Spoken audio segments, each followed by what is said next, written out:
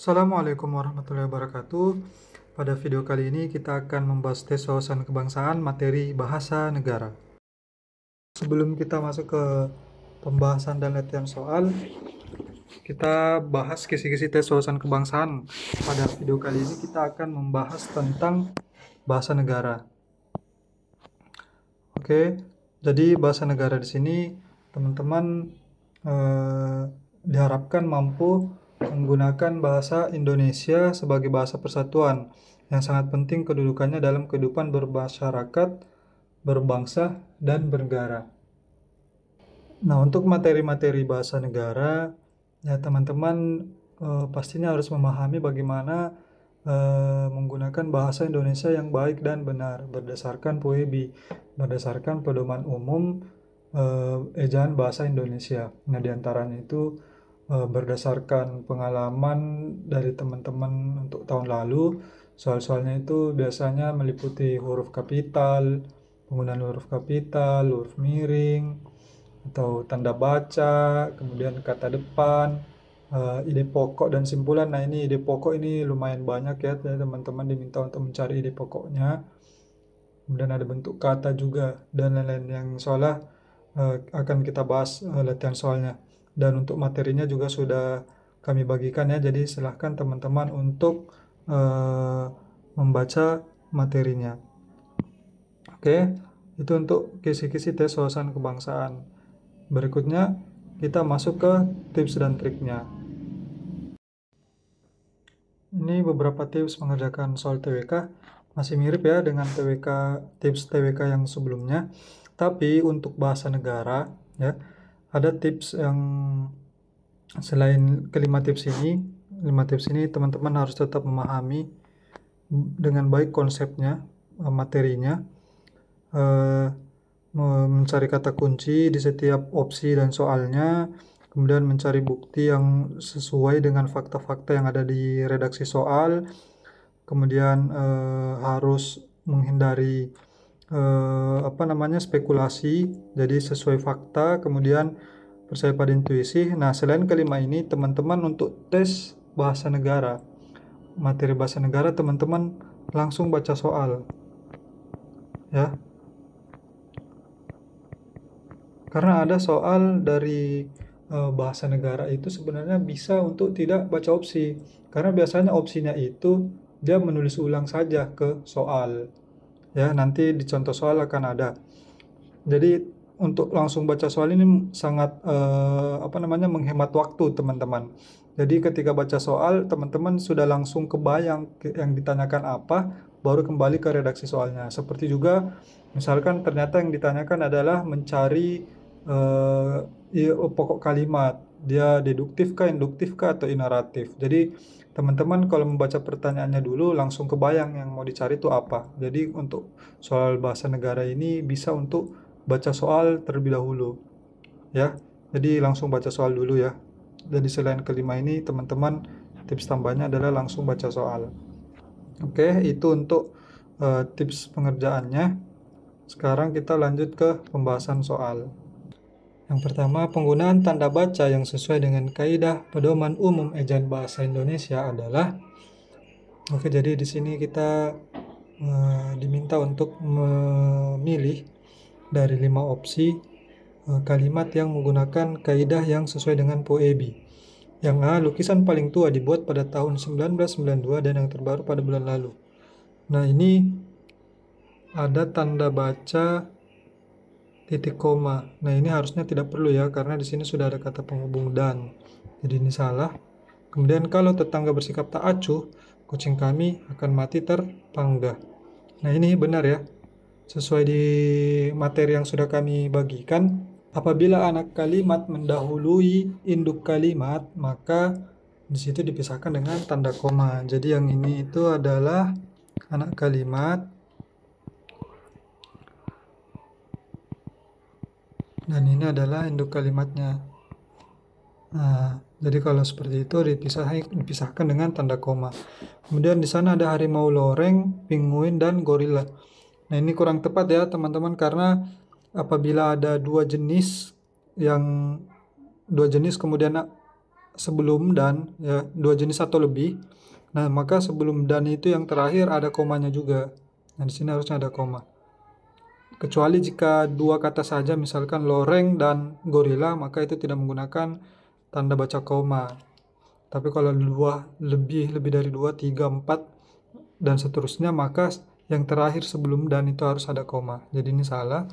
Kemudian emosi muncul dari dirinya.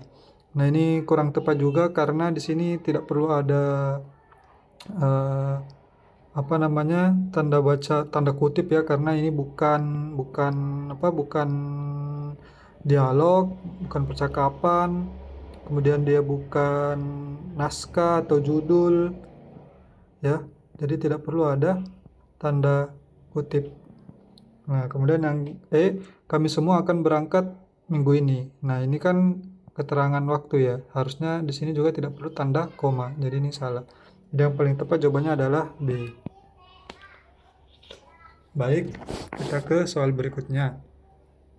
Semua kata ditulis secara benar dalam kalimat berikut ini, yaitu, nah, kembali kita diminta untuk mencari kalimat yang benar, yang ditulis secara benar. Sini yang A, di Iran sepak bola perempuan hanya dilakukan di lapangan tertentu. Nah, ini salah ya. Salah yang mana? Ini kata di dan lapangan ini harusnya dipisah. Kenapa? Ini karena kata depan dan ini adalah kata tempat. Nah, ini harus dipisah. Kecuali kapan disambung, yaitu ketika dia kata kerja. Maka dia bersambung dengan kata kerja. Jadi itu disambung ya. Kalau kata depan, maka dia dipisah dengan salah satunya dengan kata tempat. Nah, kemudian yang B, penonton sepak bola perempuan di Iran pun hanya kaum perempuan. Nah, ini juga salah ya. Nih, di sini harusnya sepak bolanya ini dipisah. Jadi di sini harusnya ada spasi. Salah juga. Kemudian C, pendidikan prasekolah harus lebih diperhatikan. Nah, ini justru prasekolahnya harusnya tidak ada spasi. Jadi di sini harusnya kesambung. Salah juga. Kemudian D, pengurus PSSI belum dapat menindaklanjuti perubahan jadwal pertandingan. Ini benar ya, tidak ada kesalahan di sini. Kemudian penandatanganan perjanjian kerjasama akan dilakukan minggu ini. Nah, ini juga harusnya disambung. Tidak boleh ada spasi di kata penandatanganan. Jadi jawabannya adalah D.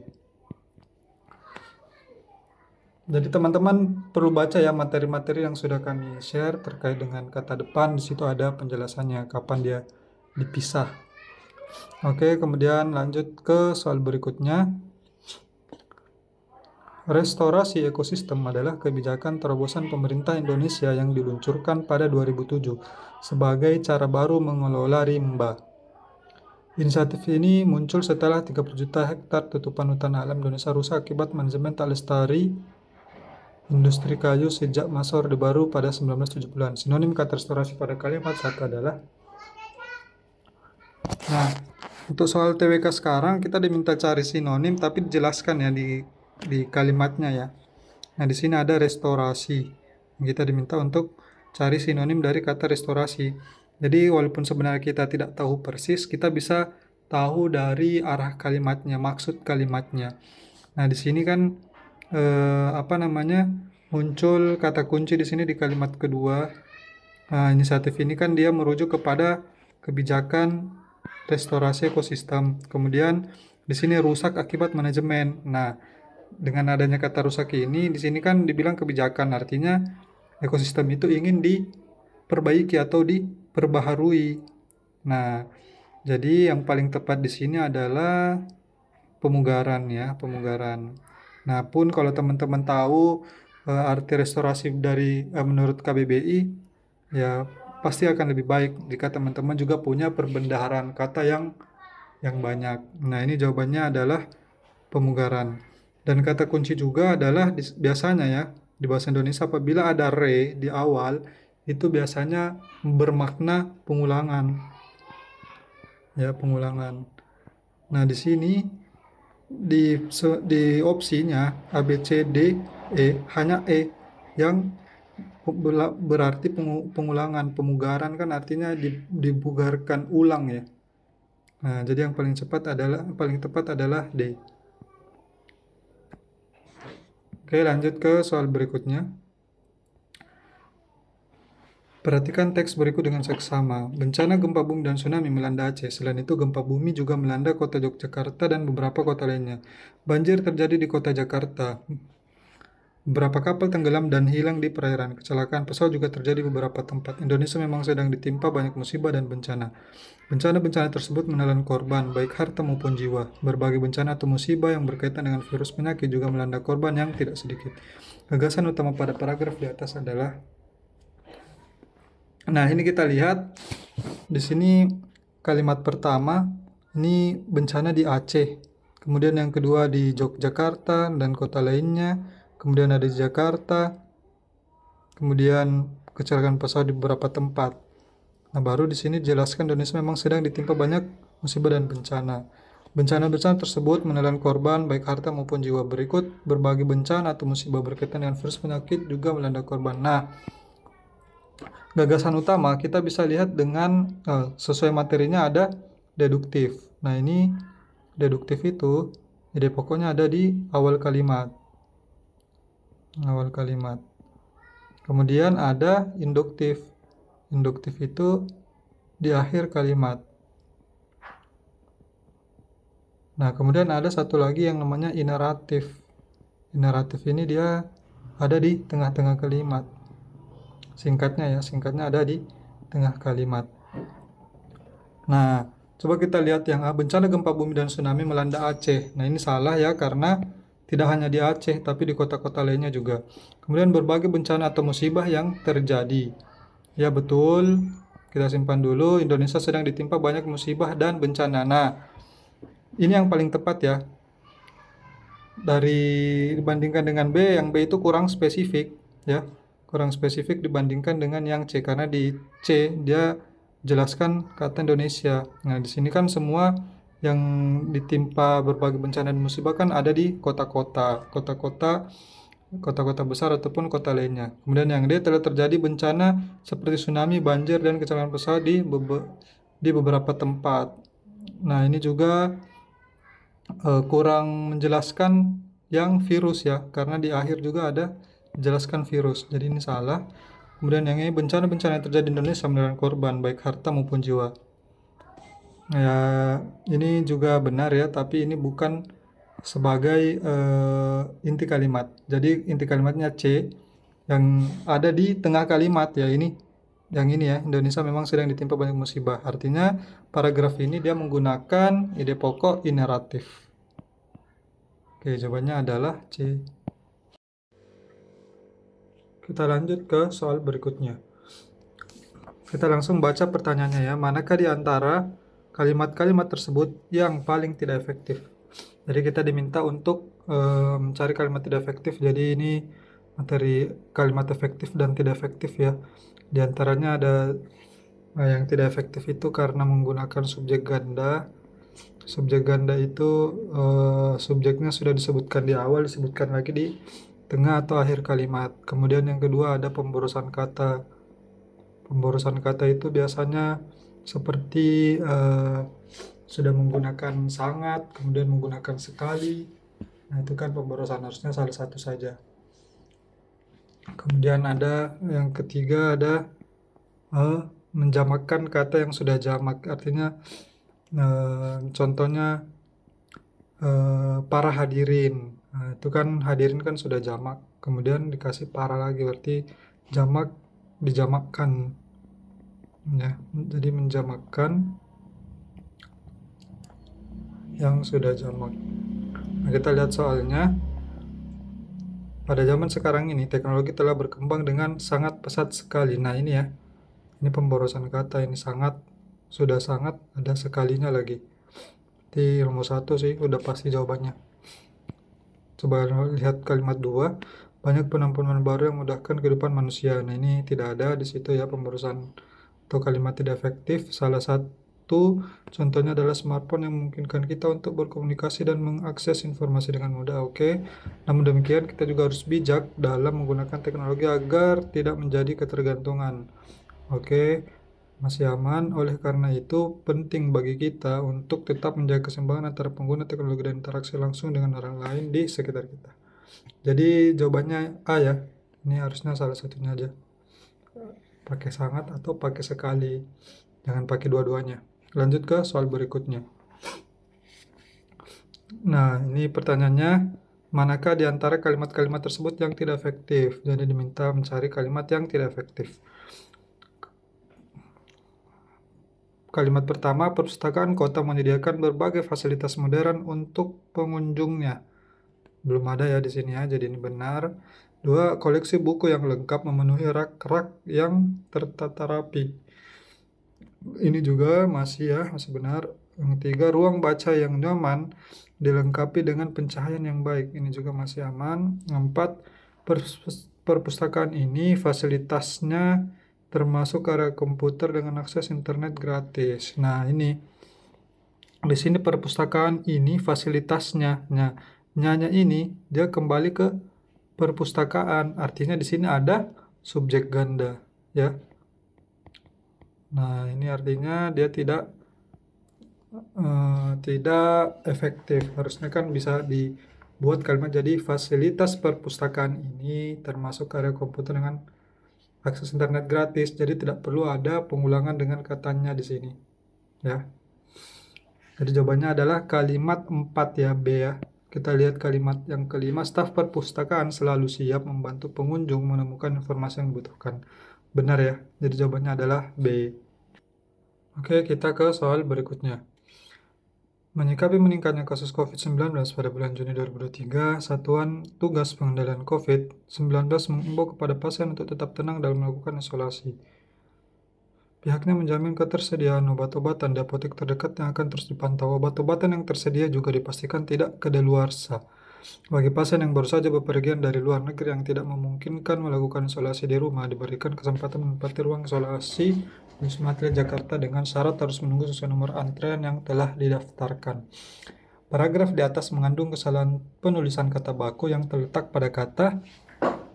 Nah, ini salah satu tipsnya ya teman-teman. Sebenarnya teman-teman bisa langsung baca soalnya yang ini, ya.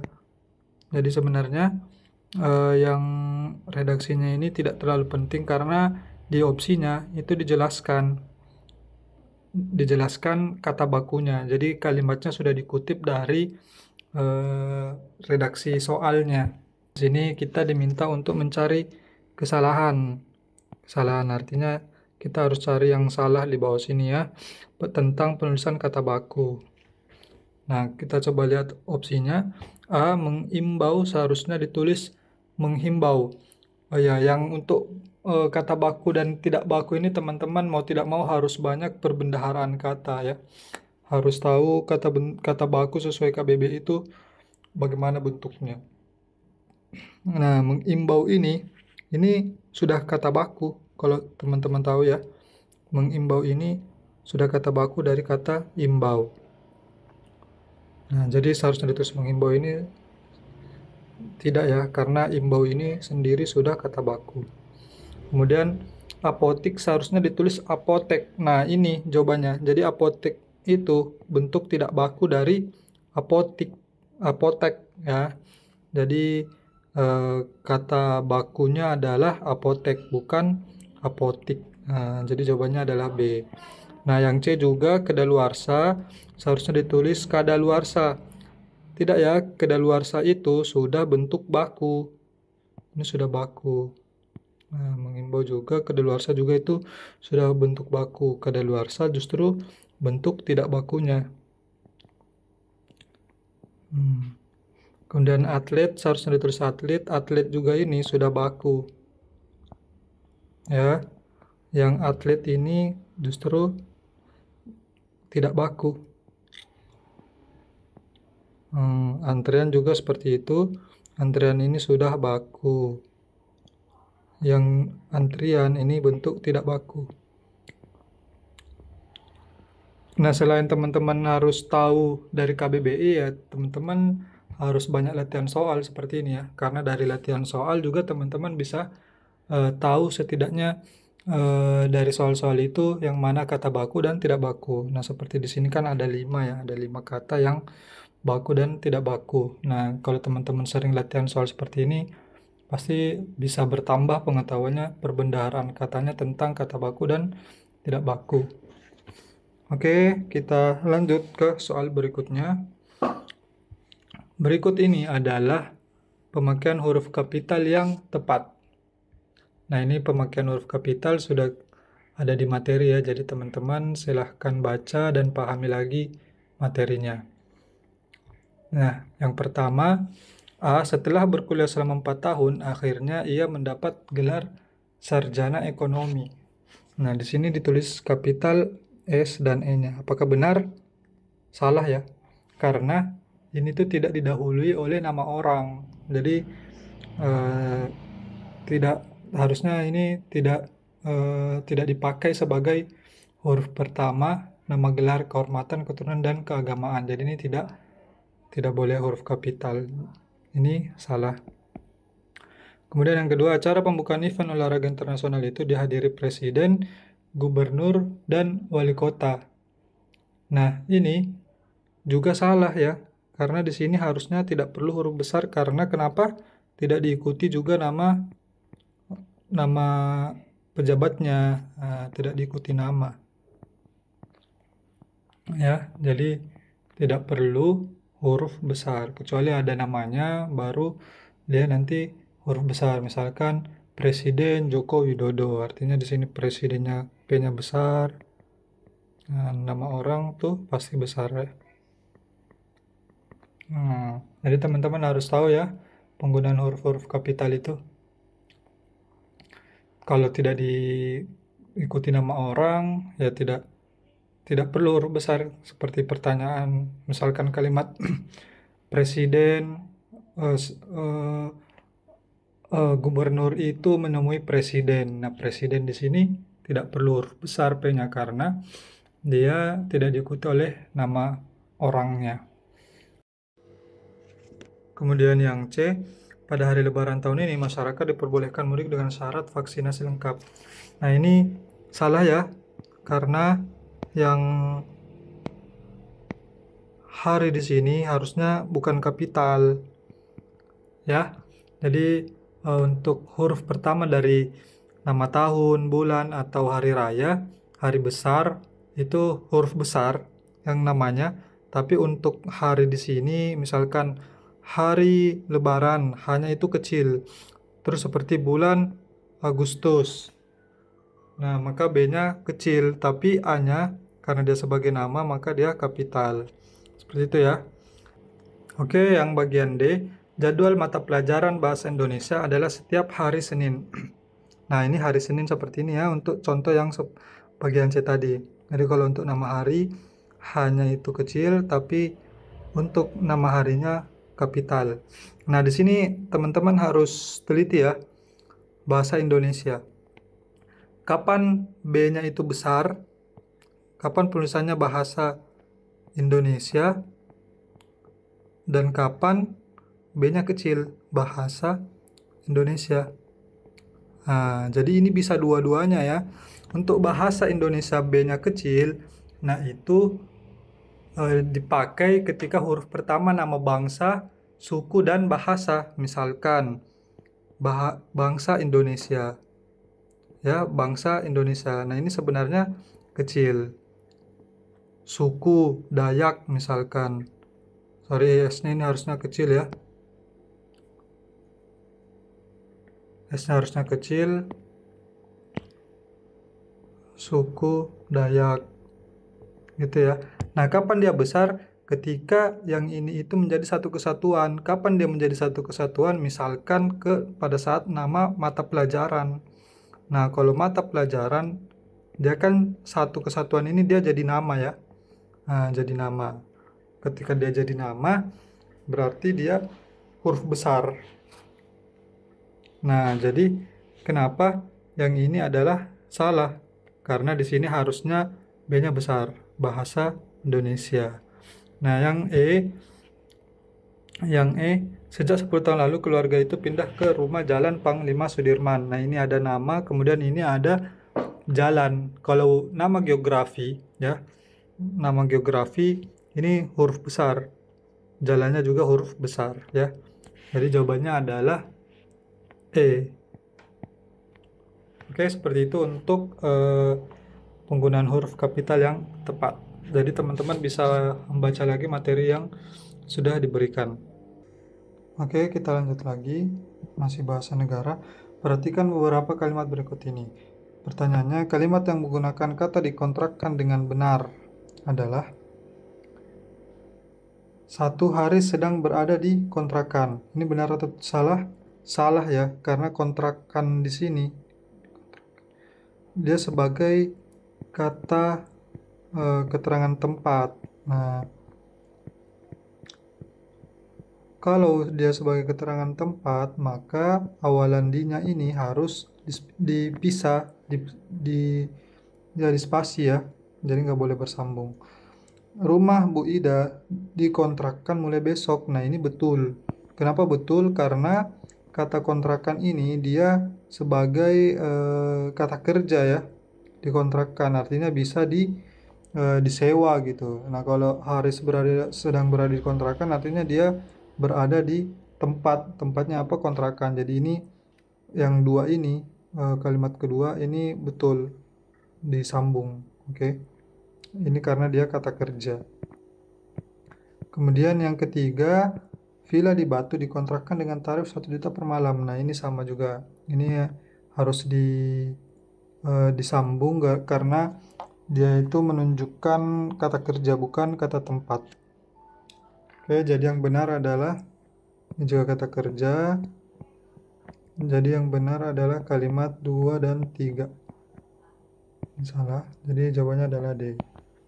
Oke, seperti itu ya. Kita lanjut ke soal berikutnya. Penggunaan partikel per yang tidak benar adalah pada kalimat.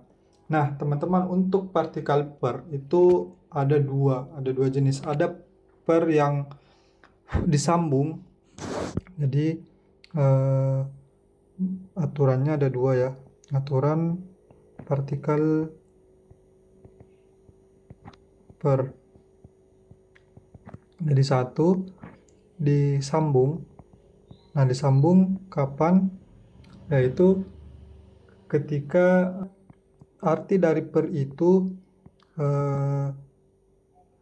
berarti demi, tiap, atau mulai. Nah, ini disambung ketika per itu memiliki makna demi, tiap, atau mulai. Nah, kapan dia dipisah? Partikel per dipisah ketika dia mengandung makna dibagi. Nah, ini dipisah ketika artinya itu dibagi. Nah, dibagi itu misalkan per 1, per 2, seperti itu ya. Jadi kalau menunjukkan yang dibagi, dia disambung 1/1, 1/2. Nah, per 2-nya itu disambung. Nah, kita coba lihat pilihan jawabannya. 2/3 siswa kelas 11 IPA 1 gemar berolahraga. Benar atau tidak ini? Benar. Ya, karena di sini pernya disambung, 3 dia di sini maknanya dibagi. Ya. Nah, di sini kita diminta mencari kalimat yang negatif, yang tidak benar. Harga per helai kain di toko itu sangat murah. Nah, di sini benar apa enggak? Benar ya. Benar karena per di sini artinya tiap. Nah, kemudian yang ketiga, vaksinasi corona di rumah sakit dilakukan 1/1. Benar apa tidak? Tidak ya, ini salah. Di sini harusnya sambung. Oke. 1/1 karena ini maknanya dibagi. Nah, kemudian yang keempat, surat untuk work from home berlaku per 1 Maret. Nah, ini betul karena per di sini bermakna mulai. Nah, kemudian snack di toples itu tinggal 1/4 bagian. Nah, ini benar ya, karena ini maknanya dibagi. Oke, seperti itu. Sebenarnya ini ada tipsnya ya, teman-teman. Di sini kan kalaupun teman-teman tidak tahu arti dari partikel per itu disambung atau dipisah, di sini kan sebenarnya kelihatan ya. Di sini ada per 3, ininya disambung. Ini kita pakai logika ya, per 3 disambung. Kemudian per 4 juga disambung. Hmm, ternyata di sini ada persatu yang dipisah. Nah, ini kan dia beda sendiri nih. Nah, jadi kemungkinan jawabannya ya ini satu persatu. Jawabannya adalah C. Gitu ya, itu kalau teman-teman mungkin ada materi yang teman-teman kurang paham, jadi sebenarnya bisa lihat dari opsi jawabannya. Jadi kita bisa logikakan juga dari setiap opsi jawabannya. Oke, sekian untuk soal-soal bahasa negara. Teman-teman setelah ini bisa mengerjakan latihan soalnya. Oke, sekian videonya. Semoga bermanfaat. Terima kasih. Assalamualaikum warahmatullahi wabarakatuh.